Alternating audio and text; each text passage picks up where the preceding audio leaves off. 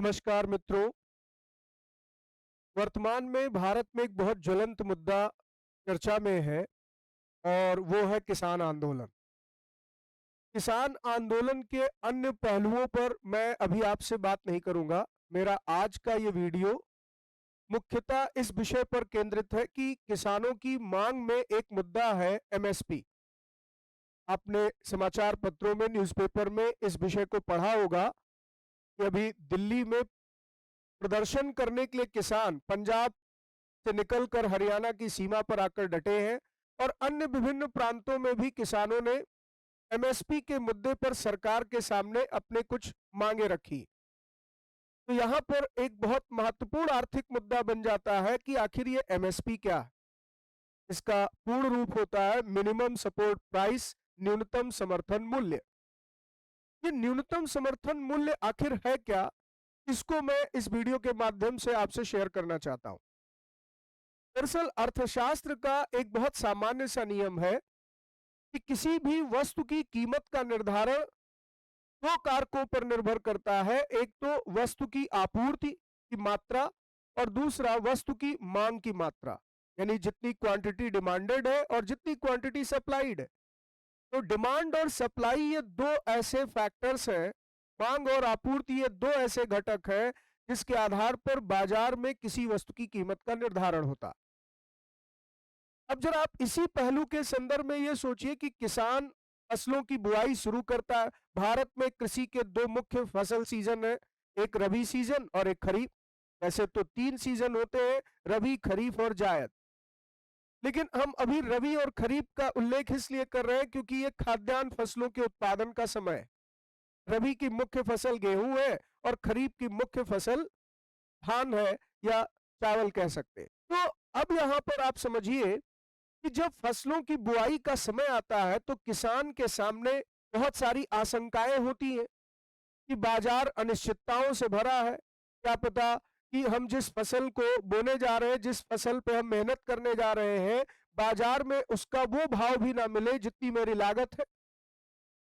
तो ऐसे में सरकार की तरफ से प्रत्येक फसल सीजन से पहले, यानी रबी और खरीफ के सीजन से पहले, जब रबी की बुआई शुरू होती है उसी समय सरकार की तरफ से किसानों को यह आश्वस्त किया जाता है कि आप बाजार की इन अनिश्चितताओं से चिंतित ना हो। यहां पर सरकार बाजार के सिद्धांतों में हस्तक्षेप करती, यानी मांग और आपूर्ति जो कि एक प्राकृतिक घटक है जो तय करेंगे कीमत को, उसके बजाय यहां सरकार हस्तक्षेप करके कीमत अपने तरफ से निर्धारित करती। तो रबी की बुआई से पहले सरकार ये तय कर देती है, बता देती है कि इस बार गेहूं का न्यूनतम समर्थन मूल्य क्या होगा। इसको आप एक सरल भाषा में गारंटीड प्राइस कह सकते हैं। यानी सरकार की तरफ से किसान को एक गारंटी दी गई कि कितना भी प्रोडक्शन हो जाए या बाजार में कितनी भी अनिश्चितता पैदा हो जाए, लेकिन आपकी ये फसल जब तैयार होगी तो हम इतना न्यूनतम कीमत पर इसे खरीदने के लिए तैयार हैं। अच्छा, सरकार इसके माध्यम से खाद्यान्नों को खरीद करके सार्वजनिक वितरण में फिर उसका उपयोग भी करती है। यानी अगर बाजार में भाव कम भी हो गए, यानी प्राइवेट अनाज मंडियों में किसानों को अपनी अनाज के कम दाम मिल रहे हैं, तो सरकारी एजेंसियां किसानों के पूरे अनाज को खरीदने के लिए तैयार बैठी हैं। पहले ही उनको एक न्यूनतम समर्थन मूल्य के माध्यम से बता दिया गया कि ये गारंटीड प्राइस है, ये आपको मिलेगा ही मिलेगा। इससे किसान को उत्पादन के लिए प्रोत्साहन मिलता है। वो बाजार की अनिश्चितताओं में भी सुरक्षा महसूस करता है कि मेरी फसल की ये कीमत तो मुझे मिलनी ही मिलनी। तो इसी को हम कहते हैं मिनिमम सपोर्ट प्राइस। इसके लिए भारत में एक आयोग गठित किया गया जिसे सीएसीपी शॉर्ट में हम कहते हैं, यानी commission for agricultural cost and price, यानी कृषि मूल्य एवं लागत आयोग। कृषि मूल्य एवं लागत आयोग 1985 में इसका पुनर्गठन हुआ। इसका काम क्या है कि फसल की लागत को ध्यान में रखते हुए उचित मूल्य निर्धारित करना। तो भारत में एमएसपी वो किसानों को अपनी फसल का एक उचित दाम मिले, एक उचित कीमत मिले, इसके लिए सरकार की तरफ से बाजार में किया जाने वाला हस्तक्षेप है। अब ये बात अलग है कि सभी फसलों पर ये लागू नहीं होती है, ये कुछ चुनिंदा फसलों पर लागू होती है। वर्तमान में संभवतः लगभग 27 ऐसी फसलें हैं रबी और खरीफ मिलाकर जिस पर सरकार की तरफ से एमएसपी जारी की जाती। इसी एमएसपी के मुद्दे पर किसानों ने कुछ अपनी मांग रखी है और इसी मांग को लेकर के और भी बहुत सारे मुद्दे उसमें शामिल हैं, ये आंदोलन प्रारंभ हुआ। तो मेरा उद्देश्य इस वीडियो के माध्यम से आपको ये स्पष्ट करना था कि ये एमएसपी है क्या। तो एक बार फिर से बहुत ब्रीफ में वो पॉइंट्स आप देख लें।